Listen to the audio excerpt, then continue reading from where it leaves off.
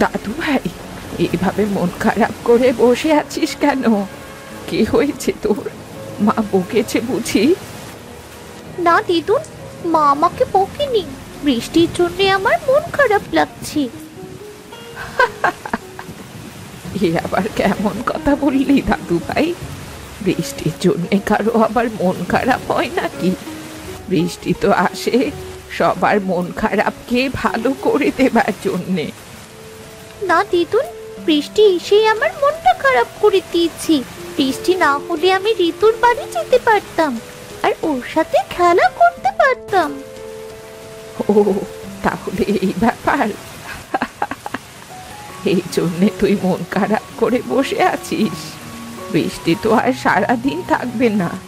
বৃষ্টি থেমে গেলেই তুই ঋতুর বাড়ি যেতে পারবি, আর ঋতুর সাথে খেলতেও পারবি।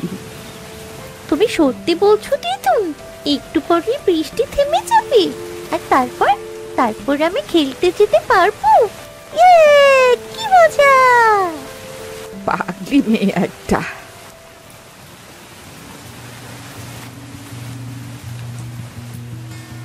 দুই দাদি নাতনি মিলে কি এত কথা হচ্ছে শুনি? শোনো তোমার মেয়ের কথা। বৃষ্টির জন্য তার নাকি মন খারাপ, সে ঋতুর বাড়ি খেলতে যেতে পারছে না। ভালোই তো হয়েছে, এত করে বারণ করি ঋতুর বাড়ির সামনে যাস নে, আমার কথাই তো শোনে না। দিদুন, দেখো না, আমাকে ঋতুর বাড়ি যেতে দিচ্ছে না। সব সময় মা আমাকে এভাবেই বকে। সে কি বৌমা, ও তো ছোট মানুষ, ও তো ঘোরাঘুরি করবেই, একটু তো খেলাধুলা করবেই ও। তুমি ওকে এর জন্যে বকো কেন? হ্যাঁ মা, আপনার নাতনি খেলতে যায় বেশ ভালো কথা, কিন্তু ওরা তো অনেক বড় লোক, আমরা তো আর ওদের মতো বড় লোক নই। আপনার নাতনি ওখানে কিসের খাবার দেখে আসে, আর বাড়ি এসে এই নিয়ে আমার সাথে বায়না ধরে। না না দাদু ভাই, এইটা কিন্তু একদমই ঠিক নয়, আর এমনটা কখনো করবে না, ঠিক আছে? ঠিক আছে দিদুন।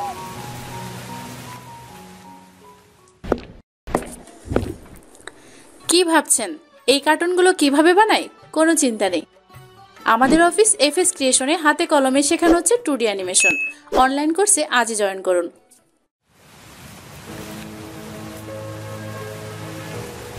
সকাল থেকেই যে বৃষ্টি শুরু হলো, কখন যে শেষ হবে সেটাই তো বুঝতে পারছি না। একটু হাটে যাব সেটাও পারছি না। কেন গো, বৃষ্টি দেখে তোমার আবার হাটের কথা মনে পড়লো কেন? কোনো জরুরি কাজ আছে বুঝি? জরুরি কাজ বলতে কচু বিক্রির ব্যাপারে হাটে যাওয়ার কথা ছিল। একজনের সাথে আমার কথা হয়েছিল, উনি আমাদের ক্ষেতের সব কচু একসাথে একেবারে দ্বিগুণ মূল্যে নিয়ে যেতে চাইছেন গো, বুঝলে? বাহ, এ তো বেশ ভালো কথা, তাহলে তো এবার ব্যবসায় লাভ আর লাভ। হ্যাঁ, তাই তো বলছি গো, কিন্তু দেখো কাণ্ড, এত বৃষ্টি হচ্ছে যে বাইরে যাওয়ার কোনো অবস্থাই নেই। কি যে করি। তুমি একটু শান্ত হও, বৃষ্টি যখন শুরু হয়েছে নিশ্চয়ই শেষও হবে। হ্যাঁ হ্যাঁ, অবশ্যই, তা তো অবশ্যই। আচ্ছা গিন্নি, ঘরে হাট বাজার ঠিকঠাক আছে তো নাকি? আবার দুপুরে নুন ভাত খেতে হবে না তো? কি যে বলো না তুমি, আমাদের ঘর থেকে কখনো খাবার পুরায়? আর নুন ভাত তা কি আমাদের ঘরে শোভা পায়? নুন ভাত তো এই অয়নদার বাড়ির রোজকার খাবার। সে ঠিকই বলেছ। আচ্ছা, আমার মেয়েটা কোথায়? ওকে দেখতে পাচ্ছি না যে। দেখো, মনে হয় বারান্দায় দাঁড়িয়ে বৃষ্টি দেখছে।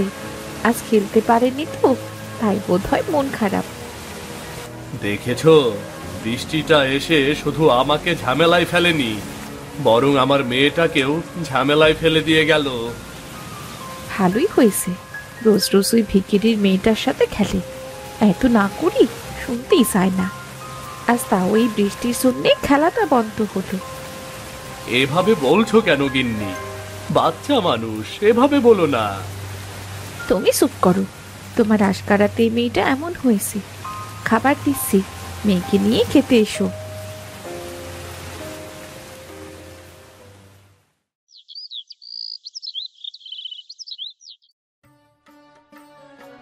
জানো, সকালে বৃষ্টি হয়েছিল যে, আমি ভেবেছিলাম আজ তোমার সাথে খেলতেই পারবো না। হ্যাঁ, আমিও তাই ভেবেছিলাম। আমার মন খুব খারাপ হয়েছিল জানো, আজকে তোমার সাথে খেলতে পারবো না তাই ভেবে। তাহলে মনে হয় আমাদের দুজনের মন খারাপ দেখে বৃষ্টি থেমে গিয়েছে। হ্যাঁ, তাই হবে মনে হয়। চলো এবার খেলা শুরু করি। কি করছো তোমরা? খেলা করছো বুঝি? হ্যাঁ বাবা, আমরা খেলা করছি। শুনো, তোমাকে আগেও বলেছি আর এখনো বলছি, সবার সাথে মিশবে না। কিছু কিছু মানুষের থেকে একটু দূরত্ব রাখার চেষ্টা করবে, বুঝলে? আহ গিন্নি, বাচ্চাদের সামনে আমাকে এভাবে বকো না তো। চাচি, তুমিও চাচাকে বকো। আমার মা ও বাবাকে এরকমই বকে। শুনলে শুনলে তুমি? এই পাকা মেয়ের কথা শুনলে? ওর বাবা মায়ের সাথে আমার তুলনা করছে। এখানে ওর দোষ কি বলো? বাচ্চারা যা দেখে তাই তো বলে। আচ্ছা, আমি এলাম, দেখি হাটে গিয়ে কচুর ক্ষেতটা বিক্রির কথা চূড়ান্ত করে আসি। ঠিক আছে, যাও, আর মূল্যটা বেশি ধরবে কিন্তু, এই বলে রাখলাম। আচ্ছা আচ্ছা।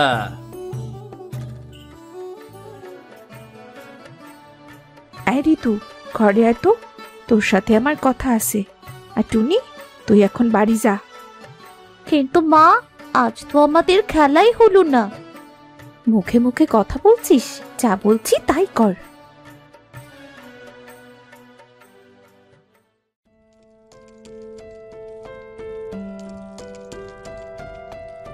কি গো, বৃষ্টি তো থেমে গেল, তুমি চুপ করে বসে আসুছে? হাটের দিকে যাবে না নাকি?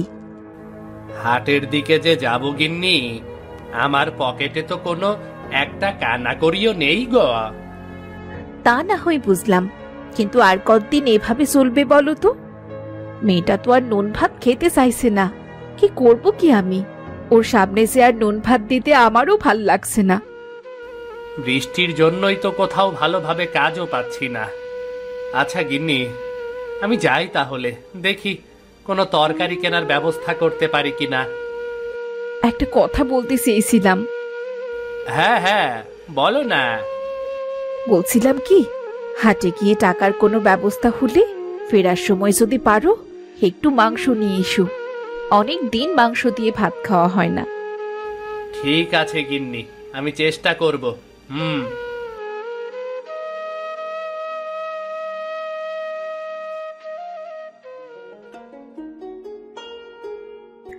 মা মা, বাবা কোথায় চলে গেল? হাটের দিকে গেল। কেন, কিছু বলবি বাবাকে? না মা, কিছু বলবো না।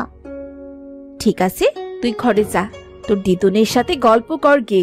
আমার কাজ আছে, আমি গেলাম। ঠিক আছে মা।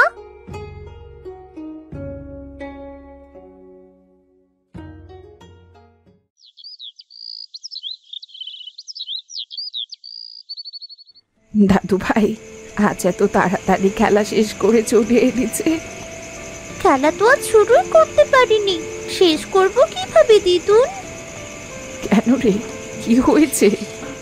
চাচি ঋতুকে নিয়ে ঘরে চলে গেল আর আমাকে বাড়ি পাঠিয়ে দিল। তুই মন খারাপ করিস নে দাদু ভাই, হয়তো জরুরি কোনো কাজ ছিল, তাই এমনটা করেছে। আচ্ছা দিদুন, কচু তরকারির কি অনেক মূল্য? কেন রে, হঠাৎ এই কথা জিজ্ঞেস করলি যে? আজকে চাচাকে চাচিমা অনেক বেশি দামে কচু বিক্রি করার কথা বলছিল, তাই বললাম। ও আচ্ছা আচ্ছা, খুব বেশি দাম নয়, আবার একেবারেও কম নয়, ওই হাটে তরকারির যে মূল্য আর কি। তবে কচু দিয়ে মাংস ভাজাটা খুব স্বাদ হয় বুঝলি। কচু দিয়ে মাংস ভাজা, সে আবার কেমন খাবার? আমি তো এমন কখনো খাইনি। ঠিক আছে ঠিক আছে, আমি তোর বাবাকে বলবো একদিন যেন মাংস আর কচু নিয়ে আসে, আমি তোকে রান্না করে খাওয়াবো, কেমন? ইয়ে, কি মজা! তুমি খুব ভালো গো দিদুন। এখন যা, পড়তে বস, নয়তো মা এসে আবার বকবে। ঠিক আছে দিদুন, আমি এক্ষুনি পড়তে যাচ্ছি।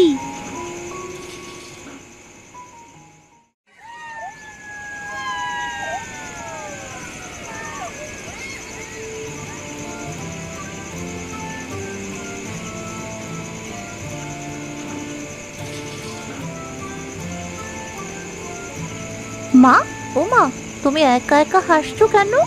কি হয়েছে? একা একা হাসছি খুশিতে, বুঝলি? খুশিতে।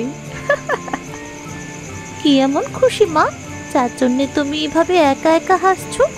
আমায় বলো না। শুনবি? শোন তাহলে, তোর বাবার কচু ক্ষেতটা বিক্রি হয়ে গেলে এবার আমি কিছু গয়না কিনবো, আর সেই খুশিতেই হাসছি। কিন্তু মা, বাবার কচু খেতে তো এখনো বিক্রি হয়নি, তাহলে তুমি এখনই কেন এত খুশি হচ্ছ? এত অলক্ষণে কথা বলিস না তো। শোন, বিক্রিটা হয়ে গেলেই তোকে সুন্দর দেখে একজোড়া দুল বানিয়ে দেব। সত্যি বলছো মা? আমাকেও দুল বানিয়ে দেবে? হ্যাঁ রে মেঘা, সত্যি বলছি। তোর মা কি কখনো মিথ্যে বলে নাকি? তুমি এসেছো? কি কথাবার্তা হলো? ওনারা কবে টাকা কড়ি দিবে কিছু বলেছে নাকি? তুমি সব সময় সবকিছু নিয়ে এমন ব্যস্ত হয়ে পড়ো কেন বলো তো? সবেমাত্র এলাম আমি, একটু বসতে তো দেবে নাকি? কোথায় এক গ্লাস জল এনে দেবে, তা না করে আমার সঙ্গে সঙ্গে ভুরি ভুরি প্রশ্ন করা শুরু করে দিলে। না তেরি ছাই। শোনো, আগে তো কাজের কথা বলবি নাকি? তারপর না হয় অন্য কাজ। এখন জলদি করে বলো তো কি হলো আজ? হ্যাঁ হ্যাঁ, বলছি বলছি। আমি না বলা পর্যন্ত তুমি যে স্থির হবে না, এটা আমি বেশ ভালোভাবেই বুঝতে পেরেছি। বলো বলো, জলদি করে বলো। কথা তো বেশ ভালোই হয়েছে। আগামী পরশুদিন ওনারা ক্ষেতের সব কচু নিয়ে যাবেন, আর সব টাকা দিয়ে যাবেন, এবং অনেক বেশি মূল্যও দেবেন গো। কি বলছো কি তুমি? আমার তো শুনেই খুশিতে নাচতে ইচ্ছে করছে।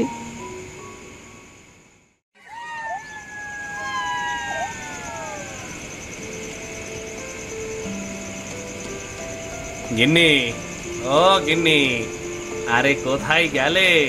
দেখো কি নিয়ে এসেছি গো। আসছি আসছি।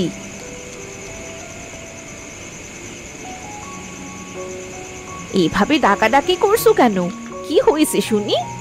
আর তোমার হাতে ওটা কিসের ব্যাগ? মাংস নিয়ে এসেছি গো। আমার মেয়েটা কোথায়? ওকে ডাকো, ও দেখলে নিশ্চয়ই খুব খুশি হবে গো। মাংস এনেছো? মেয়ে তো ওই ঘরে পড়ছে, তুমি একটু অপেক্ষা করো, আমি ওকে এক্ষুনি ডেকে আনছি।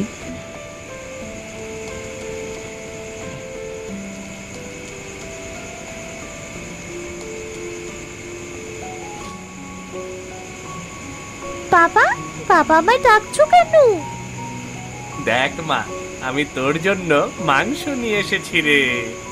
কতদিন তোকে একটু মাংস ভাত দিতে পারিনি, কতদিন। হ্যাঁ, মাংস এনেছো? সত্যি বাবা, তুমি আমার অনেক ভালো বাবা। আজকে মাংস খাবো। কি মজা, কি মজা! মাংসের ব্যাগটা আমাকে দাও, আমি রান্নাঘরে নিয়ে যাচ্ছি। না মা, শুধু মাংস তো খাবো না। সে কি কথা? তাহলে কি খাবি তুই? তেতুন বলেছে কচু শাক দিয়ে মাংস ভাজা খুব স্বাদ। আজকে কচু শাক দিয়ে মাংস ভাজা খাবো। কিন্তু ঘরে তো কচু তরকারি নেই, তোকে আমি কিভাবে কচু দিয়ে মাংস ভাজা দেব? এই গিন্নি, তুমি এত ভেবো না তো। মেয়ে যখন খেতে চাইছে, তখন আমি কচুর তরকারি ঠিক নিয়ে আসবো, বুঝলে? একটা কথা বললেই হলো নাকি? তুমি এখন কচু পাবে কোথায়? হাতে তো তেমন টাকা কড়িও নেই যে হাট থেকে কিনে আনবে। বাবা, বাবা, আমার বন্ধু ঋতুর বাড়িতে অনেক কচু আছে, সেখান থেকে নিয়ে এসো না। না না, ওদের বাড়ি থেকে আমি কচু আনতে পারবো না, তুই শুধুই মাংস খাবি। আহ গিন্নি, এভাবে বলো না তো। শোন মা, তুই মন খারাপ করিস নে। এখন তো রাত হয়েছে, আমি বরং কাল সকালে লিটনদার বাড়ি থেকে তোর জন্য কচু নিয়ে আসবো, বুঝলি? ইয়ে, কি মজা! কালকে কচু দিয়ে মাংস ভাজা খাবো।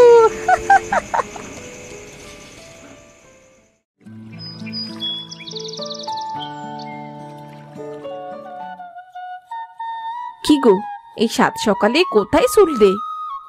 দেখি একটু ওদিকে যাই, মেয়েটার জন্য কোনো কচুর ব্যবস্থা করতে পারি কিনা সেটা দেখে আসি। এখনো সেই কচু নিয়েই পড়ে আছো? ঘুম থেকে উঠে দেখবেও ভুলেই গেছে। ওসব নিয়ে তুমি অত চিন্তা করো না তো। মেয়েটাকে তো কখনো কিছুই দিতে পারি না, এই একটাই আবদার করেছে, দেখি না একটু চেষ্টা করে।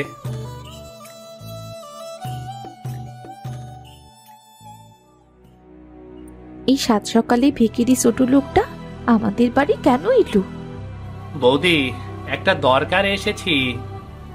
সে তো তোমাকে দেখেই বুঝতে পারছি, কারণ গরিবেরা কখনো এমনি এমনি বড় লোকদের বাড়ি যায় না। এভাবে কেন বলছো বৌদি? তোমরা আমার একই জায়গার মানুষ, আমরা একে অপরের উপকার করব, এটাই তো নিয়ম, তাই না বলো? তোমার থেকে কি আমাকে নিয়ম শিখতে হবে? আমার মনে হয় না যে আমাদের তোমার কোনো দরকার পড়বে, বা তোমাদের থেকে কোনোদিন সাহায্য নিতে হবে। তাই বলছি, অযথা কথা না বাড়িয়ে কি দরকারে এসেছো তাই বলো।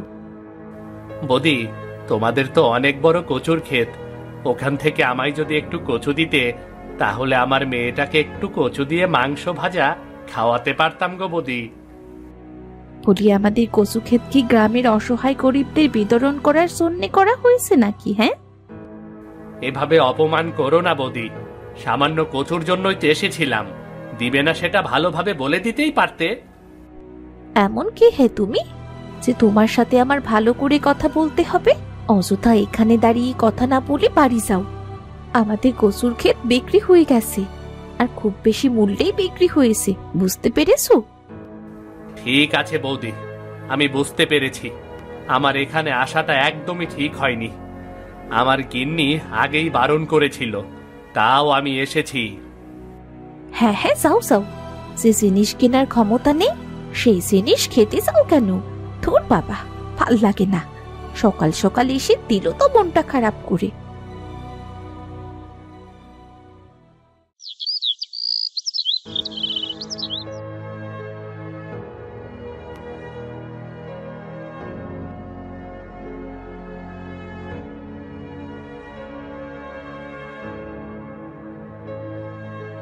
কি হয়েছে তোমার? তোমাকে এত চিন্তিত কেন দেখাচ্ছে? কোনো সমস্যা হয়েছে নাকি? না, কিছুই হয়নি। কিছু না হলে এভাবে মুখ ভার করে আসো কেন? তোমার ভাবসাব কিছুই বুঝি না বাপু। শোনো, যতই মুখ ভার করে থাকো না কেন, আমার কিন্তু গয়না চাই চাই, এই আমি সাফ করে বলে দিলাম। হ্যাঁ হ্যাঁ, নাও নাও, আমাকে বিক্রি করে যত খুশি গয়না নাও। তোমার এই অতিরিক্ত লোভ আর অহংকারের কারণে আমার আজকে এই দশা, বুঝলে? তুমি এইভাবে রাগ দেখাচ্ছ কেন? কি হয়েছে আমাকে খুলে বলবে তো নাকি? না বললে আমি বুঝবো কি করে? কি আর হবে, তোমার কথা মতো বাড়ি ঘরের দলিল বন্ধক রেখে কচু ক্ষেতটা বিক্রি করেছিলাম। বছরের পর বছর যত লাভ হয়েছে সব টাকার তুমি গয়না কিনেছো, তোমার সব পূরণ করেছো তুমি, কিন্তু সেই টাকার ফেরত দিতে দাওনি। আর যার কাছে বন্ধক রেখেছিলাম, এত বছর পরে উনি এখন আমাদের বাড়িঘর সহ কচুর ক্ষেত সবকিছু ওনার নামে করে নিয়েছেন। এখন কি হবে বলো? হে, কি কথা বলছো তুমি? এখন তবে এখন আমাদের কি হবে? মেয়েটাকে নিয়ে আমরা যাবো কোথায়? অহংকার যেমন পতনের মূল, তেমনি অতিরিক্ত লোভও মানুষকে ধ্বংস করে, বুঝলে? আমি বুঝতে পেরেছি, আমার বড্ড ভুল হয়ে গেছে। এত লোভ করার মানুষকে ছোট করে দেখা আমার একদম ঠিক হয়নি। মানুষ যখন তার ভুল বুঝতে পারে, তখন আর তার হাতে কিছুই বাকি থাকে না, বুঝলে? ওগো, এভাবে আর কথা শুনিও না আমায়। আমায় ক্ষমা করে দাও। আমি যে এটা আর মানতে পারছি না।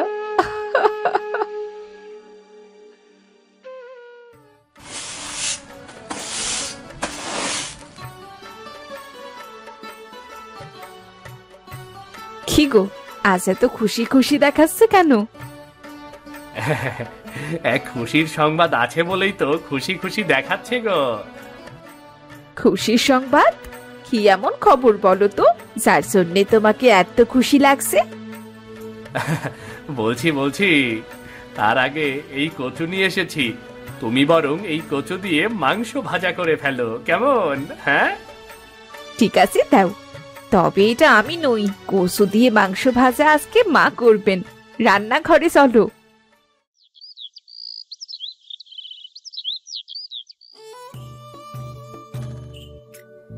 আজকে কচু দিয়ে মাংস ভাজা খাবো, পেট ভরে ভাত খাবো, চেটে পুটে খাবো। কি মজা, কি মজা! ওরে আমার দাদু ভাই, খুব মজা লাগছে তাই না? কি গো, তোমার খুশির খবরটা যে এখনো বললে না? হ্যাঁ বলছি লিটনদার বাড়িতে গিয়ে কচু না পাওয়ায় মনটা খুব খারাপ হলো। তো বাড়িতে ফেরার সময় আমার একজন পরিচিত বন্ধুর সাথে দেখা হলো। ওকে সবটা বললাম।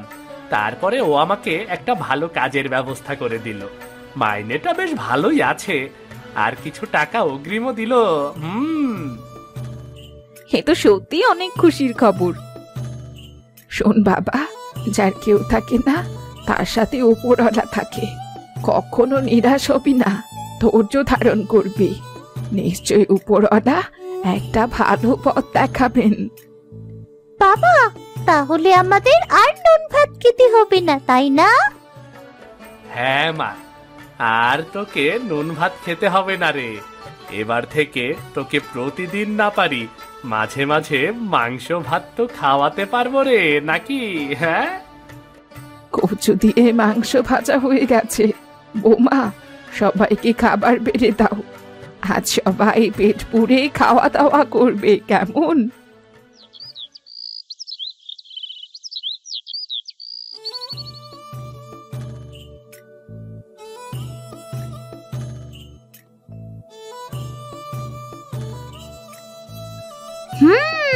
মনে হচ্ছে অমৃত খাচ্ছি। দিদুন, তুমি ঠিকই বলেছিলে, কচু দিয়ে মাংস ভাজিটা সত্যি খুব সুন্দর খেতে। আমাকে কিন্তু প্রায় এই কচু দিয়ে মাংস ভাজি করে খাওয়াবি। খাওয়াবো দিদি ভাই, খাওয়াবো। নে, এবার আর বেশি কথা না বলে পেট ভরে খেয়ে নে।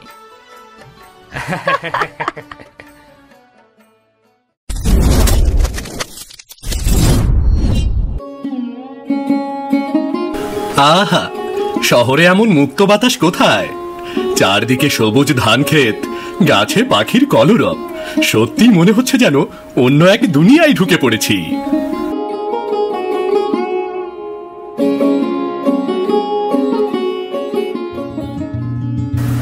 আরে রাহুল, অবশেষে এলে। অনেক দিন ধরে তোমার জন্য অপেক্ষা করছি আমরা। মামা, আপনাকে খুব মনে পড়ছিল। শহরের কোলাহল ছেড়ে এখানে আসতে পারবো ভেবে আমি দিন গুনছিলাম মামা। এই তো ছুটির আসল আনন্দ এখানেই। গ্রামে এলে মানুষ আবার নতুন করে বাঁচতে শেখে। এসো এসো। তা কেমন আছো রাহুল বাবা? তুমি এসেছো, আমি খুব খুশি হয়েছি। আমি ভালো আছি মামি। আপনার রান্নার স্বাদ নিতে আমি চলে এলাম। সেই মাছের ঝোলের স্বাদ আমি কিন্তু এখনো ভুলিনি।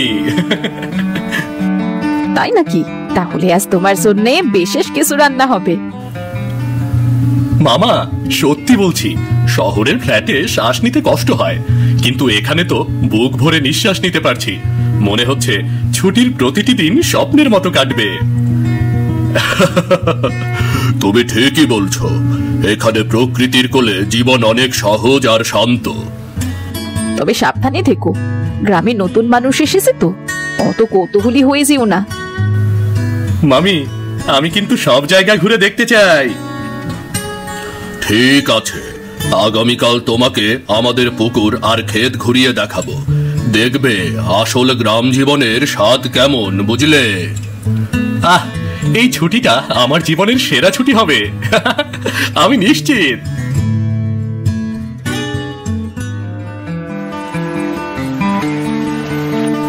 ও মা, কি বিশাল পুকুর, যেন ছোট একটা সমুদ্র। আর মাছগুলো দেখো কি সুন্দর লাফাচ্ছে। শহরে তো এক টুকরো পানির ট্যাঙ্ক ছাড়া আর কিছুই দেখা যায় না। কেমন লাগছে রাহুল? এই পুকুরটাই আমাদের পরিবারের গর্ব। মামা, এত মাছ একসাথে লাফাচ্ছে, এগুলো কি সব আপনাদের? হ্যাঁ, এগুলো আমাদের নিজের চাষের মাছ। রুই, কাতলা, মৃগেল সবই আছে। যখন দরকার হয় পুকুর থেকে তুলেই খাই, আবার বাজারেও বিক্রি করি।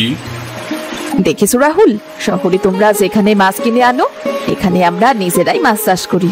গ্রামের জীবন কিন্তু ভীষণ আলাদা। মামি, এত কাছে থেকে মাছ আমি কখনো দেখিনি।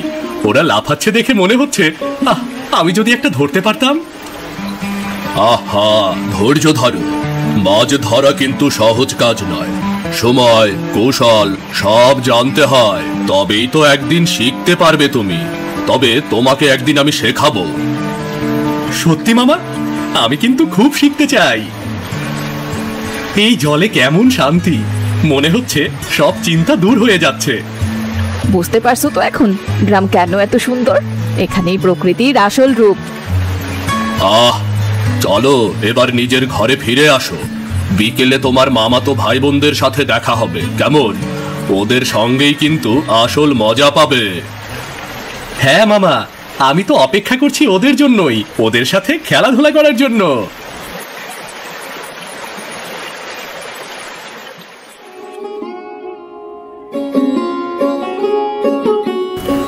আরে, তুমি নিশ্চয়ই রাহুল দাদা, শহর থেকে এসেছো, তাই না? বাবা আর মা তোমার কত গল্প শুনিয়েছে আমাদের। বলেছে তুমি খুবই বুদ্ধিমান, পড়াশোনায় ভালো, আবার খেলাধুলাতেও দারুণ। আমি তো ভেবেছিলাম তোমাকে দেখতে হয়তো সিনেমার নায়কের মতো হবে। আচ্ছা, সিনেমার নায়ক না হলেও আমি কিন্তু তোমার দাদা। তুমি নিশ্চয়ই অরুণ, তাই না? একদম, আমি তোমার মামাতো ভাই। তবে একটা কথা বলে রাখি, আমি খেলাধুলায় কিন্তু ভীষণ ভালো। মাঠে ফুটবল হোক, নদীতে সাঁতার হোক, কিংবা গাছে চড়া, সব জায়গায় আমি সবার আগে। ও, তাহলে তো আমার প্রতিদ্বন্দ্বী পেয়ে গেলাম। তবে মনে রেখো, শহরে থেকেও আমি ছোটবেলায় অনেক ফুটবল খেলেছি। আমি মিতা, আমি তোমার মামাতো বোন। মামাকে বলেছে তুমি খুব ভালো ছবি আঁকো। বাহ, তুমি তো বেশ মিষ্টি। বয়স কত হলো তোমার? আমার বয়স 10 বছর। তবে দাদা, আমি শুধু পুতুল নিয়ে খেলা করি না, আমি কিন্তু মাছও ধরতে পারি। সেদিন অরুণ দাদাকে হারিয়েছি, একটা বড় মাছ ধরি। আহা, সেইটা কিন্তু কপালের জোরে হয়েছিল, নইলে আমি জিততাম। তোমরা দুজনেই বেশ সাহসী। আমি তোমাদের সাথে সময় কাটাতে এসেছি, শহরে তো সব কিছুই হয় না। ঠিক বলছো রাহুল, গ্রামের জীবন আলাদা। এখানে খেলাধুলা মানে শুধু আনন্দ নয়, শরীর মন দুটোই শক্ত হয়। আমি চাই তুমি তোমার মামাতো ভাই বোনদের সাথে সময়টা উপভোগ করো। হ্যাঁ রে, ওরা দুজন মিলে সারাদিন আড্ডা আর খেলাধুলা করে। এবার তুমি এলে, তোমাদের তিনজনের হাসি খেলায় বাড়িটা সরগম হয়ে উঠবে। চলো দাদা, এখনই মাঠে নিয়ে যাই তোমাকে, ফুটবল খেলবো, তারপর আম গাছে চড়ার চ্যালেঞ্জ দেব। আর আমি তোমাকে বাগান দেখাবো। সেখানে আমার গোপন জায়গা, সেখানে বসেই তো আমি গল্প বানাই। তাহলে তো আমার ছুটিটা সত্যিই দারুণ হবে। আমি এখন থেকেই তোমাদের সাথে হাসি মজায় মেতে উঠতে চাই।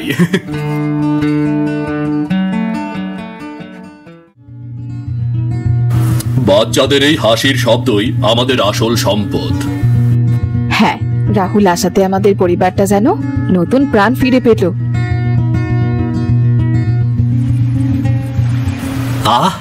ওই মাছগুলো দেখো, একের পর এক কি সুন্দর লাফাচ্ছে। শহরে আমি তো শুধু বাজার থেকে কাটা মাছি দেখেছি, এখানে এসে মনে হচ্ছে যেন এক নতুন দুনিয়ায় ঢুকে পড়েছি। মাছগুলোকে চোখের সামনে এভাবে দেখতে এটা এক অন্যরকম অনুভূতি। এ তো কিছুই না দাদা, কখনো যদি ভোরে এসে দাঁড়াও, দেখবে একসাথে শত শত মাছ জলের ওপর লাফাচ্ছে। তখন মনে হবে পুরো পুকুরটাই যেন নেচে উঠছে। হ্যাঁ হ্যাঁ, আর যদি তখন বড়শি ফেলো সঙ্গে সঙ্গে একটা না একটা মাছ ঠিকই আটকে যাবে। আমি তো একদিন একসাথে 3টে ছোট মাছ ধরেছিলাম। সত্যি তোমরা দুজনেই মাছ ধরতে পারো? তাহলে তো আমি অনেক পিছিয়ে আছি। যদি আমিও মাছ ধরতে পারতাম। কেন পারবে না নাকি? শহরের ছেলেরা শুধু মোবাইল কম্পিউটার চালাতে জানে। মাছ ধরা মানে অনেক ধৈর্য, কৌশল আর সাহস। সেটা সবার পক্ষে সহজ নয়। চ্যালেঞ্জ দিলে কিন্তু আমি হেরে যাব না অরুণ। জীবনে প্রথম হলেও আমি চেষ্টা করব। আর যদি মাছ ধরা এত কষ্টের হয় তাহলে শেখাটাও আরো জরুরি। দারুণ! তাহলে তো আমরা 3 জন মিলে একদিন প্রতিযোগিতা করতে পারি। দেখো কে আগে বড় মাছ ধরতে পারে। ঠিক বলেছ, আমরা একটা প্রতিযোগিতার আয়োজন করব। তবে নিয়ম হচ্ছে যে সবার আগে বড় মাছ ধরবে সেই হবে আজকের বিজয়ী। বাহ, দারুণ আইডিয়া। আমি তো রাজি আছি। আমিও রাজি। তবে বলে রাখছি, আমি ছোট হলেও কিন্তু অনেকবার অরুণ দাদাকে হারিয়েছি। রাহুল দাদা, এবার তোমাকেও হারাতে পারি। তুমি আবার আমাকে হারাবে? ঠিক আছে, কাল বিকেলেই দেখা যাবে। তাহলে ঠিক হলো, কাল বিকেলে আমরা 3 জন একসাথে পুকুরের ধারে বসে মাছ ধরবো। দেখি কার ভাগ্য সবচেয়ে ভালো হয়।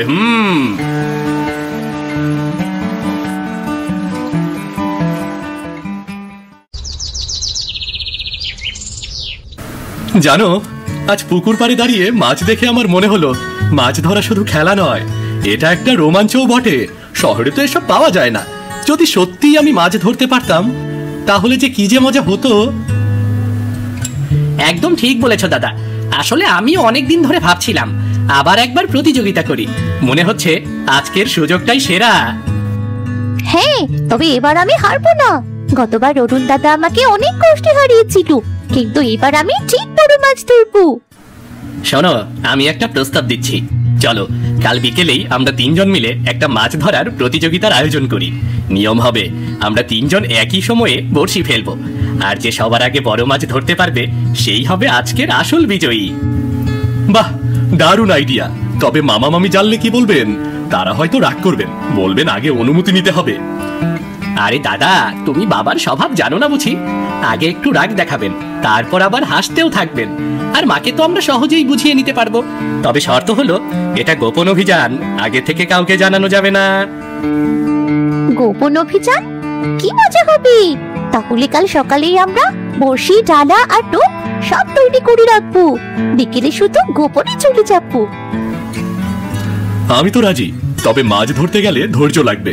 যদি বসে বসে কিছু না পাই? চিন্তা করো না দাদা, আমার অভিজ্ঞতা আছে। আমি টোপ বসানো থেকে মাছ তোলার কৌশল সবই জানি, তোমাকে শিখিয়ে দেব। আচ্ছা দাদা, শুধু শিখিয়ে দিলে হবে না, আমাদেরও কিন্তু তোমাকে হারানোর ইচ্ছে আছে। তাহলে তো প্রতিযোগিতা বেশ জমবে। তবে মনে রেখো, আমি জিতলে তোমাদের দুজনের মেনে নিতে হবে আমরা শহরের ছেলেরাও কম যাই না। ঠিক আছে, দেখা যাবে কাল। আজ রাতে প্রস্তুতি শুরু করি।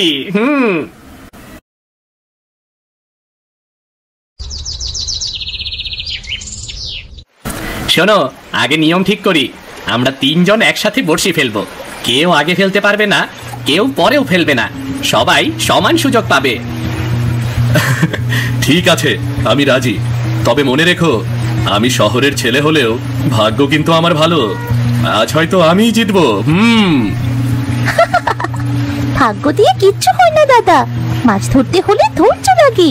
আমি ছোট হলেও অনেকবার অরুণকে হারিয়েছি, আজও পারবো। খুব বড় বড় কথা হচ্ছে। আচ্ছা দেখা যাক। এখন সবাই একসাথে বড়শি ফেলো। 1, 2, 3।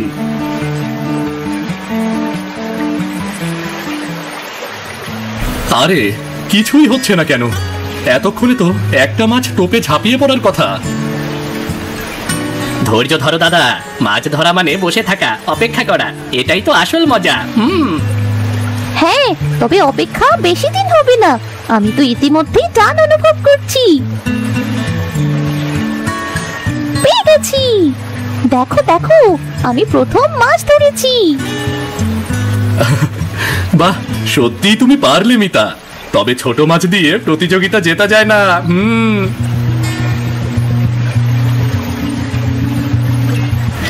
ঠিক আছে, এবার দেখো আমি কি করি।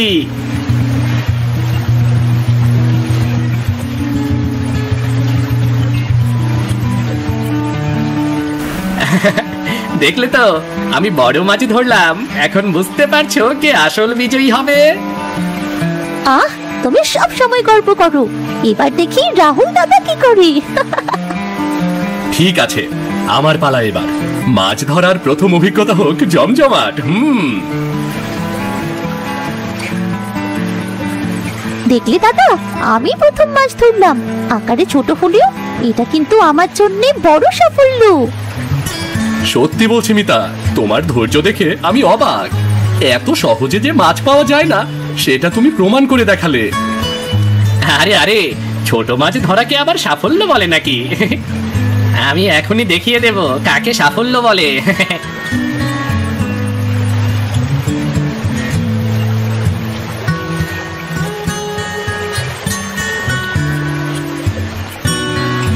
দেখলে আমি কি বলেছিলাম? এবার বুঝলে আসল বিজয়ী কে? আহ, তুমি তো সব সময় বড়াই করো, তবে মানতেই হবে তোমার মাছটা আমার মাছটার থেকে অনেক বড়। বাহ, তোমরা দুজনেই এক একটা সাফল্য পেলে। আমার মনে হচ্ছে প্রতিযোগিতাটা এখন সত্যিই জমে উঠেছে। তাহলে এখন তোমার পালা দাদা, তবে সাবধান, আমরা দুজন কিন্তু ইতিমধ্যেই প্রমাণ করে দিয়েছি আমাদের দক্ষতা। হ্যাঁ জানি, তবে আমি এখনো কোনো সাফল্য পাইনি।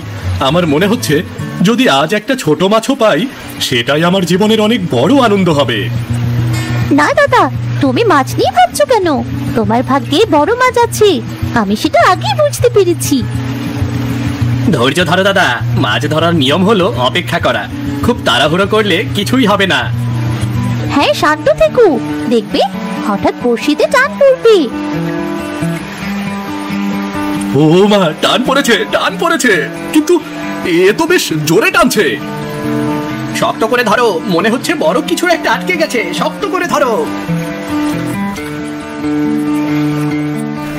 আহ, কি জোরে টানছে রে! আমি কি সামলাতে পারবো নাকি রে? হাত থেকে বড়শি পড়ে যাচ্ছে মনে হচ্ছে। ভয় পেও না দাদা, এভাবে টান পড়া মানে নিশ্চয়ই বড় কোনো মাছ আটকে গেছে। তোমাকে শক্ত থাকতে হবে। দেখো, আমি তোমাকে ধরে সাহায্য করছি। ইয়ে! দাদা, তুমি হাল ছাড়বে না, টান দাও, জোরে দাও। আমি ডালা নিয়ে দাঁড়িয়ে আছি, তোমার মাছ উঠলেই রাখবো। কিন্তু এত শক্তি আমার মধ্যে আছে তো, মনে হচ্ছে মাছটা আমাকে পানির মধ্যে টেনে নিয়ে যাবে। এটাই তো আসল রোমাঞ্চ। শহরের ছেলেরা সাধারণত ভয় পায়, কিন্তু আজ যদি তুমি জিততে পারো তবে বুঝতে পারবে গ্রামের জীবনের স্বাদ কত আলাদা। দেখো, জলে বড় ছলছল শব্দ হচ্ছে।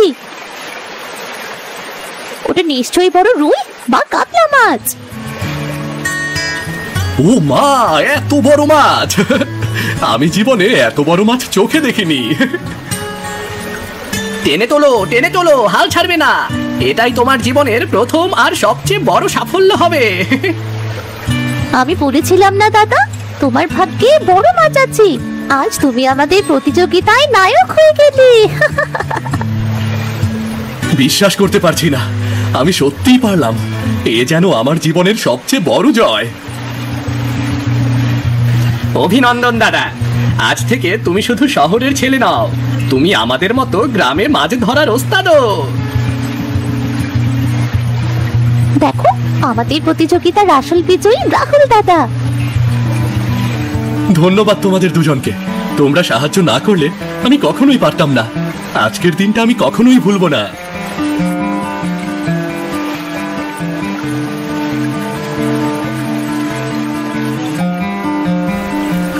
আরে আরে, এখানে কি হচ্ছে? আমি দূরে থেকে শুনতে পেলাম, চিৎকার শুনলাম। মাছ ধরার গোপন অভিযান কি শুরু হয়ে গেছে নাকি? মামা, আমরা শুধু প্রতিযোগিতা করেছি, কেউ ক্ষতি করতে চাইনি তো। হ্যাঁ, আমরা শুধু খেলার জন্য মাছ ধরছিলাম। আমি ঠিক করেছি আজ আমি সবচেয়ে বড় মাছ ধরবো, আর আমরা শুধু আনন্দ পেতে চেয়েছি।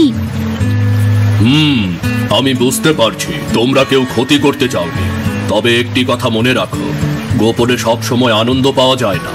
অনুমতি নিয়ে করলে আনন্দ আরো বড় হয়।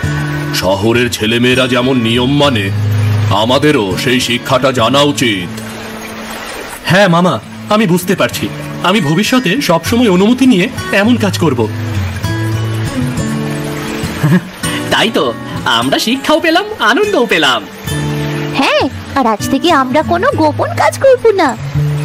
দেখেছো, এইভাবেই বাচ্চারা শিখে, ভালোবাসা আর সামান্য নির্দেশনা দিয়ে। আজ তোমাদের আনন্দে আমরা সব ভুলে যাব। ঠিক তাই, এবার এই বিশাল মাছটিকে আমরা রান্না করব, সবাই মিলে খেতে বসবো। তখন সত্যিই আনন্দের আর শেষ থাকবে না। ধন্যবাদ মামা। আজ আমি শুধু মাছ ধরিনি, আজ অনেক বড় শিক্ষা পেলাম। ধৈর্য, সাহস আর নিয়ম সব শিখেছি। আর সবচেয়ে বড় শিক্ষা হলো আনন্দ ভাগ করে নেওয়া। হ্যাঁ হ্যাঁ, আমরা সবাই একসাথে মজা করেছি।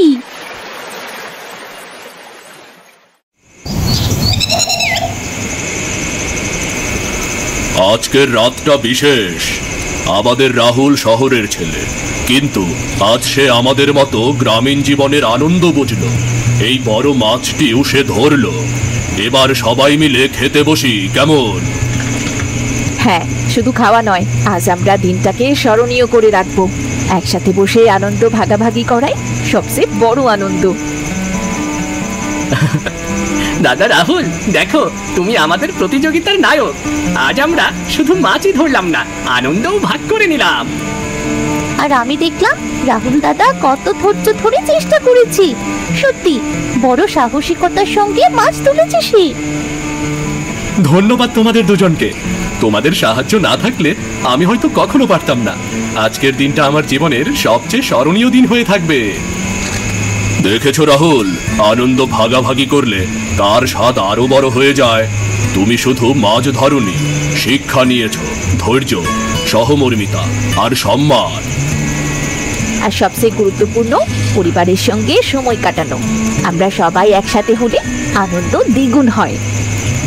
দাদা, এবার শহরের বন্ধুদেরও দেখাবে কেমন হয় গ্রাম্য আনন্দ। হ্যাঁ, আমি তো এখন মনে করি শহরের জীবন যত সুন্দরই হোক, গ্রামের এই আনন্দ আর বন্ধুত্বের মজাই আলাদা। আর আজ থেকে আমরা সবসময় একসাথে খেলবো, শিখবো আর আনন্দ ভাগ করে নেব। ঠিক তাই, এবার মাছ খাও, হাসো, আনন্দ করো। রাতের বাতাস আর পুকুরের শব্দের সঙ্গে এই মুহূর্ত চিরকাল মনে থাকবে। আজকের দিনটা আমি কোনোদিনও ভুলবো না। শুধু মাছ ধরা নয়, বন্ধুত্ব, পরিবার আর আনন্দ সবই পেয়েছি।